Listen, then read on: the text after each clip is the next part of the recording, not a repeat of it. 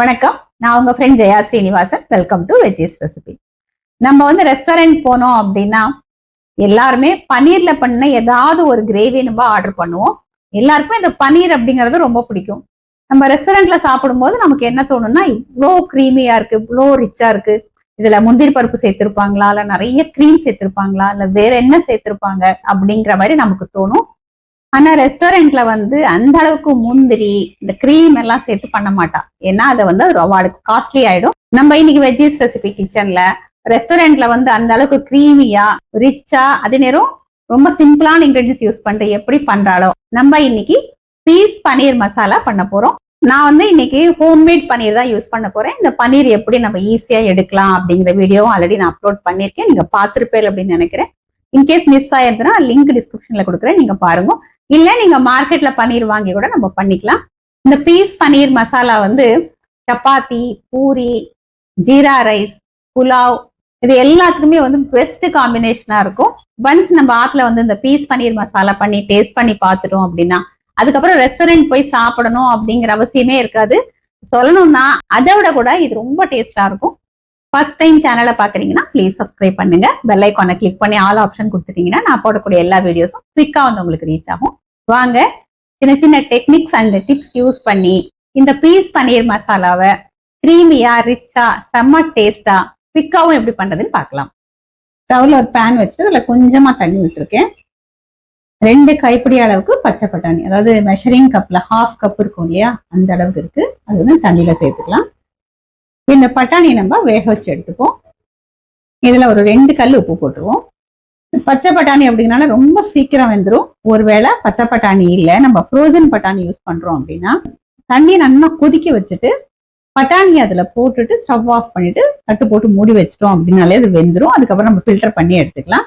இந்த பச்சை பட்டாணி வெந்ததும் அதுக்கப்புறம் நம்ம ஃபில்டர் பண்ணி எடுத்துடலாம். பட்டாணி பருப்பும் நல்லா வெந்தெடுத்து, ரொம்ப வெந்தெடுத்து அப்படின்னா கொஞ்சம் ஹார்ட் ஆயிடும். இப்ப நம்ம ஸ்டவ் ஆஃப் பண்ணிட்டு இது வந்து வெந்நீர்ல இருந்து நம்ம ஃபில்டர் பண்ணி எடுத்துடுவோம். 200 கிராம் வந்து ஹோம்மேட் பன்னீர் நான் எடுத்துட்டு இருக்கேன். இதை நம்ம கியூபா கட் பண்ணிக்கலாம். கட் பண்றதுக்கு முன்னாடி ஃபர்ஸ்ட் இந்த ஓரம் இருக்கு இல்லையா, இந்த பீசஸ் எல்லாத்தையும் நம்ம கட் பண்ணி தனியா எடுத்துடுவோம்.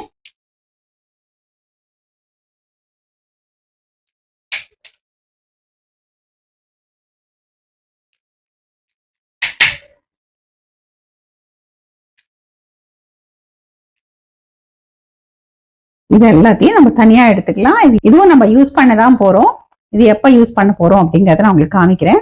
இந்த ஸ்கொயர் பீஸா நமக்கு பன்னீர் கிடைச்சிருக்கு இல்லையா, இதை வந்து சின்ன சின்ன பீசஸா நம்ம சதுர சதுரமாவோ உங்களுக்கு பிடிச்ச ஷேப்ல நம்ம கட் பண்ணி எடுத்துப்போம்.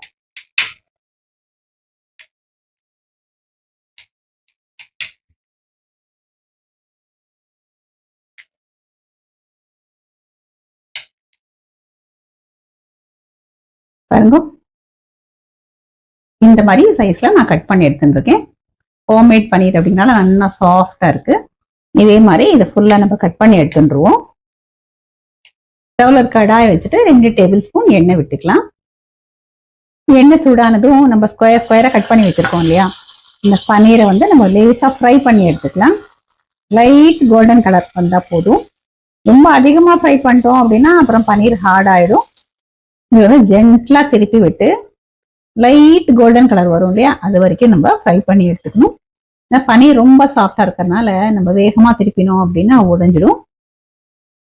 பாருங்க, இந்த அளவுக்கு நான் திருப்பி விட்டு இந்த மாதிரி லைட்டா அந்த கோல்டன் கலர் வர்ற வரைக்கும் இந்த பன்னீரை ஃப்ரை பண்ணிருக்கேன். இந்த அளவுக்கு பண்ணா போதும். இப்போ வந்து நம்ம ஸ்டவ் ஆஃப் பண்ணிக்கலாம். ஒரு பவுல்ல வந்து நம்ம வெதுவெதுப்பான தண்ணி எடுத்துப்போம். தொட்டா அப்படி எதமா இருக்கணும், இந்த அளவுக்கு இருந்தாலே போதும். இந்த தண்ணியில் நம்ம கொஞ்சமா உப்பு போட்டுப்போம். நம்ம ஃப்ரை பண்ணி வச்சிருக்கிற பன்னீரை வந்து இந்த தண்ணியில சேர்த்துடலாம். இந்த மாதிரி போட்டு வச்சிட்டோம் அப்படின்னா பன்னீர் ரொம்ப நேரத்துக்கு வந்து சாஃப்டாவே இருக்கும். எல்லா பன்னீரும் தண்ணியில சேர்த்துட்டேன். இது வந்து இப்படியே இருக்கட்டும். நம்ம பன்னீர் ஃப்ரை பண்ணதுக்கு அப்புறம் இவ்வளவு எண்ணெய் மிச்சம் இருக்கு, நமக்கு இந்த எண்ணெயே போதும். ஸ்டவ் ஆன் பண்ணிக்கலாம். இந்த எண்ணெய் சூடாகட்டும்.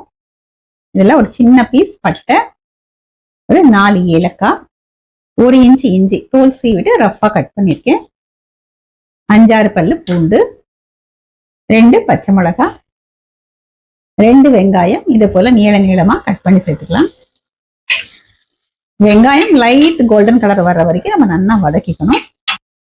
வெங்காயம் பாருங்க நல்லா வதங்கிடுது. இது மேல கொஞ்சம் இந்த பிங்க் கலர் இருக்கு இல்லையா, இந்த அளவுக்கு நம்ம வதக்கிக்கணும். இந்த வெங்காயத்தை இதை போல இப்படி ஒதுக்கி இப்படி விட்டுட்டோம் அப்படின்னா இதுல இருக்கிற எக்ஸ்ட்ரா எண்ணெய் ஃபுல்லாவே இந்த கடாயில வடிஞ்சிடும். அதுக்கப்புறம் நம்ம இந்த வதக்கின வெங்காயத்தையும் எடுத்துக்கலாம். இப்ப ஸ்டவ் ஆஃப் பண்ணிடுவோம். பாருங்க எண்ணெய் ஃபுல்லா அப்படி இறங்கி வருது பார்த்தீங்களா. இது வந்து நம்ம யூஸ் பண்ணிக்கலாம், வேஸ்ட் ஆக்க வேண்டாம். இப்ப இந்த வெங்காயத்தை நம்ம மிக்ஸி ஜாருக்கு மாத்திக்கலாம். இது நல்லா சூடு ஆறட்டும். நம்ம வதக்கின வெங்காயம், இஞ்சி, பூண்டு எல்லாமே சூடு ஆறிடுத்து நான் மிக்ஸி ஜார்ல எடுத்துட்டு இருக்கேன். இதை வந்து ஃபைன் பேஸ்டா நம்ம அரைச்சு எடுத்துக்கலாம். கொஞ்சம் தண்ணி விட்டு பாருங்க நல்லா ஃபைன் பேஸ்டா அரைச்சாச்சு.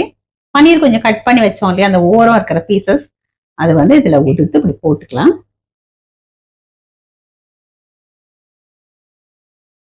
திரும்பவும் தேவைப்பட்டதுன்னா கொஞ்சமா தண்ணியை விட்டு இதை நல்லா ஃபைன் பேஸ்டா நம்ம அரைச்சு எடுத்துப்போம். பாருங்க எந்த அளவுக்கு கிரீமியா இருக்கு. கடாயில பாருங்க இவ்வளவு எண்ணெய் மிச்சம் இருக்கு. 2 தக்காளி இதை போல ரஃப்பா கட் பண்ணிருக்கேன், இதை சேர்த்துடுவோம். தக்காளி வந்து பச்சை வாசனை போக நல்லா வதக்கிக்கணும். தக்காளி ஓரளவுக்கு வதங்கி எடுத்து இதுல 1/4 டீஸ்பூன் மஞ்சள் பொடி, கொஞ்சம் உப்பு மஞ்சள் பொடி சேர்த்தோம்னா தக்காளி வந்து நல்லா வதங்கிடும். காஷ்மீரி சில்லி பவுடர் 1 டீஸ்பூன் சேர்த்துக்கலாம். இது கலர் இருக்கும், காரம் இருக்காது. 1/2 teaspoon pav bhaji masala, 1 teaspoon kitchen king masala சேர்க்கிறேன். இது எல்லாத்தையும் நல்லா வதக்கி விட்டுக்கலாம். கிச்சன் கிங் மசாலா, பாவ்பாஜி மசாலா இருந்தா சேர்த்துக்கோங்க. அப்படி இல்லைன்னா தனியா பவுடர், சில்லி பவுடர், கொஞ்சம் ஜீரக பொடி இதெல்லாம் சேர்த்தாலே போதும். இதுல கொஞ்சமா தண்ணி சேர்த்துருவோம், இல்லை நம்ம சேர்த்துக்கிற பவுடர் எல்லாமே வந்து தீஞ்சிடும். இது சேர்ந்து நல்லா கொதிச்சு வரட்டும். தக்காளி இன்னும் கொஞ்சம் சாஃப்ட் ஆகட்டும். இந்த மசாலா எல்லாம் பச்சை வாசனை போக கொஞ்சம் கொதிக்கட்டும். இதுல வந்து 1 டீஸ்பூன் சர்க்கரை சேர்த்துக்கலாம். நம்ம சர்க்கரை சேர்க்கறதுனால டேஸ்ட் வந்து நல்லா பேலன்ஸ் ஆகி வரும். பச்சை வாசனை போக நல்லா கொதிச்செடுத்து தக்காளியும் சாஃப்ட் ஆயாச்சு. ஸ்டவ் ஆஃப் பண்ணிக்கலாம். இதெல்லாம் சூடு ஆறினதுக்கு அப்புறம் மிக்ஸி ஜார்ல போட்டு நல்லா ஃபைன் பேஸ்டா நம்ம அரைச்சு எடுத்துப்போம். அதே கடாய் அலம்பி நான் ஸ்டவ்ல வச்சிருக்கேன். இதுல 1 டேபிள் ஸ்பூன் எண்ணெய், 1 டேபிள் ஸ்பூன் பட்டர் சேர்த்துக்கலாம். எண்ணெய் சூடானதும் ஜீரகம் நல்லா பொரிஞ்சதும் 1/4 டீஸ்பூன் மஞ்சள் பொடி. எண்ணெயில கொஞ்சம் மஞ்சள் பொடி சேர்த்தோம்னா கலர் நல்லா இருக்கும். மஞ்சள் பொடி சேர்த்ததும் ரொம்ப நேரம் வதக்காம நம்ம அரைச்சு வச்சிருக்கோம் இல்லையா வெங்காய பேஸ்ட், அது சேர்த்துடலாம். ஸ்டவ் ஃப்ளேம் லோல இருக்கட்டும். இதை நல்லா வதக்கி விட்டுக்கலாம். நல்லா கொதிக்க ஆரம்பிச்சுட்டு நல்லா திக்காயிடுது. இந்த ஓரத்துல ஒட்டிருக்குல அதெல்லாம் நல்லா எடுத்து விட்டுட்டே நம்ம கிளறி விட்டுக்கணும். கொதிச்சு எண்ணெய் பிரிஞ்சு வர ஆரம்பிச்சுடுத்து. நம்ம வதக்கி வச்ச தக்காளி சூடு ஆறு எடுத்து அதையும் வந்து நல்லா ஃபைன் பேஸ்டா அரைச்சிட்டேன். அதையும் இந்த கடாயில சேர்த்துக்கலாம். இது எல்லாத்தையும் நல்லா மிக்ஸ் பண்ணிடுவோம். இந்த 2 பேஸ்ட்டுமே சேர்ந்து நல்லா கொதிச்சு எண்ணெய் பிரிஞ்சு வரணும். மிக்ஸி ஜார்ல கொஞ்சமா வெந்நீரை விட்டு கலந்து சேர்க்கிறேன். இன்னும் கொஞ்சம் இதுல வெந்நீரே விட்டுக்கலாம். நம்ம இந்த கிரேவியோட கன்சிஸ்டன்சி நமக்கு எந்த அளவுக்கு வேணுமோ அது தகுந்த அளவு நம்ம தண்ணி சேர்த்துக்கணும். இது கொதிச்சு திரும்பவும் கொஞ்சம் திக் ஆகும். நீங்க இதை டேஸ்ட் பண்ணி பாருங்க. உப்பு வேணா நம்ம சேர்த்துக்கலாம். நம்ம தக்காளி வதங்கரைச்சு வேற உப்பு சேர்த்துருக்கோம். நல்லா மிக்ஸ் பண்ணியாச்சு. ஒரு மூடியை போட்டு மூடிடுவோம். நடுவில் நம்ம கலந்து விட்டுக்கணும். ஒரு 2 நிமிஷம் கழிச்சு நம்ம திறந்து பார்த்துடலாம். நல்லா கொதிக்க ஆரம்பிச்சுட்டு ஒரு தடவை கலந்து விட்டுடுவோம். திரும்பவும் மூடியை போட்டு மூடிடுவோம். இதை போல 2 நிமிஷத்துக்கு ஒரு எடுத்து வதக்கிட்டு திரும்ப மூடி வைக்கணும். நல்லா எண்ணெய் பிரிஞ்சு வர வரைக்கும் நம்ம வதக்கிக்கலாம். முடியை திறந்து பார்த்துடலாம். நல்லா எண்ணெய் பிரிஞ்சு வர ஆரம்பிச்சுடுத்து. கிரேவியும் வந்து நல்லா திக்கா இருக்கு. நல்லா ஒரு தடவை மிக்ஸ் பண்ணி விட்டுடுவோம். நம்ம பாயில் பண்ணி வச்சிருக்கோம் இல்லையா, அந்த பட்டாணியை சேர்த்துடலாம். பன்னீரை வந்து வெது வெதுப்பான தண்ணியில போட்டு வச்சிருந்தோம் இல்லையா, இந்த பன்னீரை மட்டும் நம்ம எடுத்து சேர்த்துருவோம். பன்னீர் பாருங்க நல்லா சாஃப்டா இருக்கு பாருங்க, மெத்தனே இருக்கும். இப்ப தண்ணியில இருந்து பன்னீரை மட்டும் எடுத்து இந்த கிரேவியில சேர்த்துடலாம். இப்ப இது எல்லாத்தையும் நல்லா கலந்து விட்டுடுவோம். கன்சிஸ்டன்சி பார்த்துக்கோங்க. உங்களுக்கு எந்த மாதிரி இந்த கிரேவி வேணுமோ அது தகுந்த அளவுக்கு நம்ம இதுல வெந்நீர் விட்டுக்கலாம். வெந்நீர் விட்டோம்னா அதோட டெம்பரேச்சர் வந்து அப்படியே மெயின்டைன் ஆகும். பச்சை தண்ணி விட்டோம்னா திரும்பி டைம் எடுக்கும் அது கொதிக்கிறதுக்கு. இப்போ பாருங்க கன்சிஸ்டன்சி கரெக்டா தான் இருக்கு. சப்பாத்தி, பூரி, ஃப்ரைட் ரைஸ் எல்லாத்துக்குமே இது வந்து இது கரெக்டா இருக்கும். பட்டாணியும் பன்னீரும் சேர்த்ததுக்கு அப்புறம் ரொம்ப கொதிக்க விட வேண்டாம். ஒரு 2 நிமிஷத்துக்கு எல்லாம் சேர்ந்து கொதிச்சா போதும். அப்பதான் பன்னீர்லயும் இந்த பட்டாணிலையும் இந்த கிரேவியோட அந்த ஃபிளேவர் டேஸ்ட் எல்லாமே வந்து நல்லா அப்சர்வ் ஆகும். ஒரு 2 நிமிஷம் சேர்ந்து கொதிக்கட்டும். நம்ம அதுக்கப்புறம் பார்க்கலாம். 2 நிமிஷத்துக்கு நல்லா கொதிச்செடுத்து கன்சிஸ்டன்சியும் வந்து கரெக்டா இருக்கு.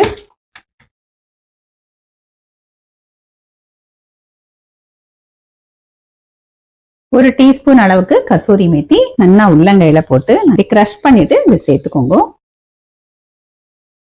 பொடியா கட் பண்ணிக்கிற கொத்தமல்லியை தூவிக்கலாம். நம்ம பீஸ் பன்னீர் மசாலா பர்ஃபெக்டா ரெடி ஆயிடுது. ஸ்டவ் ஆஃப் பண்ணிக்கலாம். இந்த கிரேவியை நம்ம சர்விங் பவுலுக்கு மாத்திப்போம். பீஸ் பன்னீர் மசாலா பாருங்க ஃபர்ஸ்ட் கிளாஸா ரெடி ஆயிடுது. நம்ம இன்னைக்கு சப்பாத்தியோட சர்வ் பண்ண போறோம். பன்னீரும் நல்லா சாஃப்டா இருக்கு. இந்த கிரேவியும் நல்லா ரிச்சா கிரீமியா இருக்கு. நல்ல சுட சுட சப்பாத்தி. இந்த பீஸ் பன்னீர் மசாலாவை இந்த சுட சுட சப்பாத்தியோட நம்ம டேஸ்ட் பண்ணி பார்க்கலாம். முந்திரி பருப்பு, கிரீம், தயிர் இந்த மாதிரி எதுவுமே யூஸ் பண்ணாம ரொம்ப சிம்பிளா அது நல்லா ரிச்சா கிரீமியா ஃபர்ஸ்ட் கிளாஸா வந்து இந்த பீஸ் பன்னீர் மசாலா ரெடி ஆயாச்சு. எந்த அளவுக்கு கிரீமியா வந்திருக்கு அப்படிங்கறத நம்ம பார்த்துட்டோம். இப்ப வந்து சப்பாத்தியோட இந்த பீஸ் பன்னீர் மசாலாவை இப்ப நம்ம டேஸ்ட் பண்ணி பார்க்கலாம். அருமையா இருக்கு. இந்த கிரேவி வந்து ரொம்ப பர்ஃபெக்டா இருக்கு. பன்னீரும் நல்லா சாஃப்டா இருக்கு. இந்த பச்சை பட்டாணியுமே வந்து கரெக்டா வெந்து பர்ஃபெக்டா இருக்கு. நம்ம வந்து வெளியில வாங்குறோம்னா ஒரு பாக்கெட் பன்னீர் வாங்கினாலே போதும். அது நம்ம கட் பண்ணி ஃப்ரை பண்ணவும் யூஸ் பண்ணிக்கலாம். அதுல இருந்தே கொஞ்சம் தனியா எடுத்துட்டு அதையே நம்ம அரைச்சி இந்த டெக்ஸ்டர் நல்லா கிரீமியா வரதுக்கும் நம்ம சேர்த்துக்கலாம். அதுக்காக தனியா நம்ம எதுவும் வாங்க வேண்டியது இருக்காது. இந்த டெக்னிக் தான் எல்லா ரெஸ்டாரண்ட்லயும் யூஸ் பண்றா. இன்னைக்கு நம்ம பண்ணிருக்கிற பீஸ் பன்னீர் மசாலா வந்து 3ல இருந்து 4 பேருக்கு தாராளமா சர்வ் பண்ணலாம். இந்த பன்னீரை நம்ம வந்து எண்ணெயில ஃப்ரை பண்ணும்போது ரொம்ப அதிகமா ஃப்ரை பண்ணக்கூடாது. லேசா அந்த கலர் மாறி வர்ற அளவுக்கு ஃப்ரை பண்ணிட்டாலே போதும். அதுக்கப்புறம் நல்லா வெது வெதுப்பான தண்ணியில கொஞ்சம் உப்பு போட்டு இந்த பன்னீரை போட்டு வச்சிடணும். பச்சை பட்டாணி நம்ம யூஸ் பண்றோம் அப்படின்னா வெந்நீர்ல என்னன்னா கொஞ்சம் கொதிக்க வச்சு சாஃப்டா வேகிற வரைக்கும் வேக வச்சு எடுத்துக்கணும்.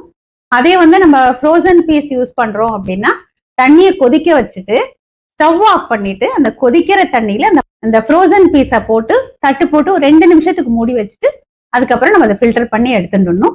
நம்ம வந்து வெங்காயம் எல்லாத்தையும் வதக்கிட்டு பன்னீரோட சேர்த்து அரைக்கிறோம் இல்லையா, அதை வந்து கடாயில வந்து நல்லா வதக்கிக்கணும். அது கொஞ்சம் எண்ணெய் பிரிஞ்சு வர அளவுக்கு வதக்கும் போதுதான் அந்த டேஸ்ட் ரொம்ப நல்லா வரும். கடைசியா வந்து இந்த பன்னீரையும் பட்டாணியும் சேர்த்துட்டு 2 நிமிஷம் கொதிக்க வச்சா போதும். அதோட ஜாஸ்தி வேண்டாம். நம்ம இன்னைக்கு வந்து பட்டாணியும் பன்னீரும் சேர்த்து இந்த கிரேவி நம்ம பண்ணிருக்கோம். இதே மாதிரி பன்னீர்ல வேற ஏதாவது நீங்க ரெசிபி பண்ணா கூட பேஸ் இதை மாதிரி வச்சுட்டு நீங்க பண்ணிக்கலாம். இதே மாதிரி இதே மெத்தட்ல இதே அளவுகளோட இந்த பீஸ் பன்னீர் மசாலா நீங்க ட்ரை பண்ணி பாருங்க. நம்ம ரெஸ்டாரண்ட்ல சாப்பிட்றதோட ரொம்ப நல்லா இருக்கும். நம்மளே ஆட்ல பண்றதுனால காஸ்ட் எஃபெக்டிவாவும் இருக்கும், ஹைஜீனிக்காவும் இருக்கும். நம்மளே நம்ம கையால பண்ணி ஃபேமிலிக்கு சர்வ் பண்ணோம் அப்படிங்கிற ஒரு சாட்டிஸ்பாக்சனும் இருக்கும். ட்ரை பண்ணி பார்த்துட்டு எப்படி வந்ததுன்னு கமெண்ட்ல சொல்லுங்க. லைக் பண்ணுங்க, உங்க ஃப்ரெண்ட்ஸ் அண்ட் ஃபேமிலியோட ஷேர் பண்ணுங்க. இன்னொரு புது ரெசிபியோட நாளைக்கு நான் உங்களை மீட் பண்றேன். தேங்க்ஸ் ஃபார் வாட்சிங்.